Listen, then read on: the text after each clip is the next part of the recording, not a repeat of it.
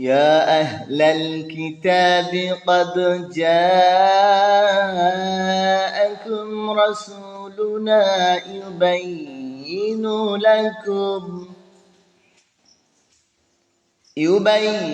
لكم على فترة من الرسل أن تقولوا ما جاءنا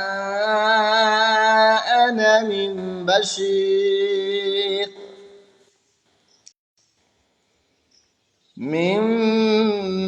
بشير ولا نظير وقد جاءكم بشير ونذير والله على كل شيء قدير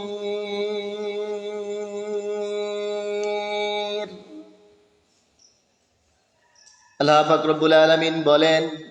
يا أهل الكتاب قد جاءكم رسلنا يبين لكم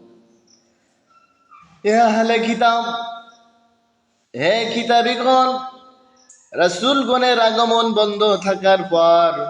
তোমাদের কাছে রাসূল এসেছে على فترة من الرسل أن تقول সে তোমাদের নিকটে স্পষ্ট ব্যাখ্যা করেছে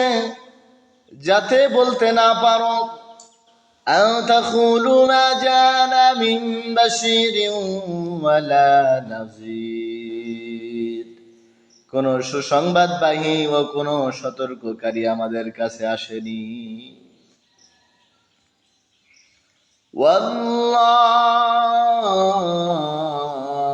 والله فقد جاءكم بشير ونذير এখন তো সুসংবাদবাহী ও সতর্ককারী এসে গেছে والله على كل شيء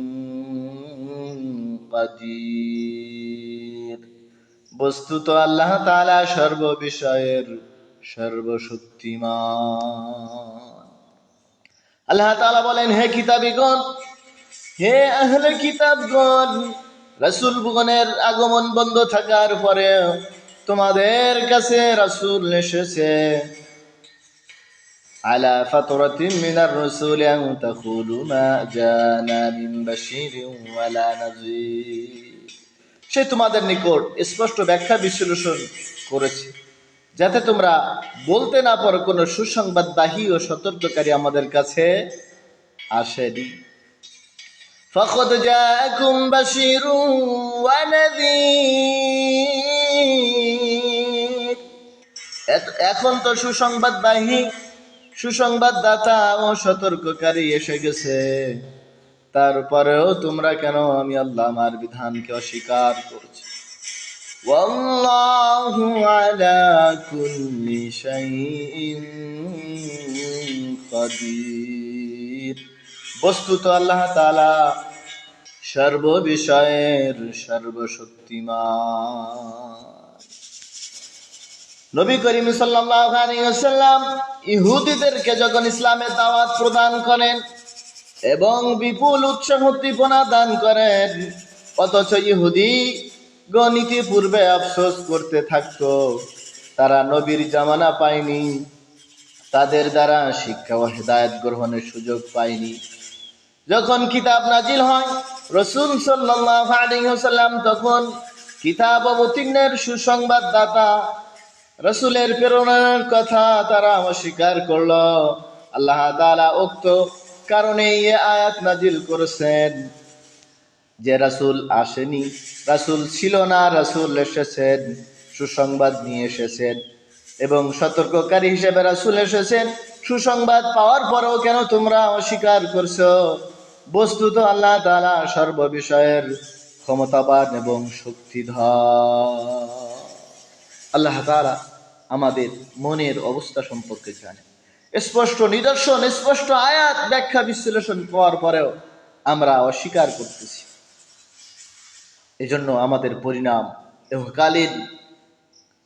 পরিণাম এবং পরকালীন পরিণাম কখনোই ভালো হবে না। আমরা স্পষ্ট নিদর্শন পেয়ে গেছি, আমরা এটার অনুকরণ করি, তাহলে ইহকালীন কল্যাণ এবং পরকালীন মুক্তির পথ নিশ্চিত হবে। আল্লাহ তাআলা তৌফিক দান করেন।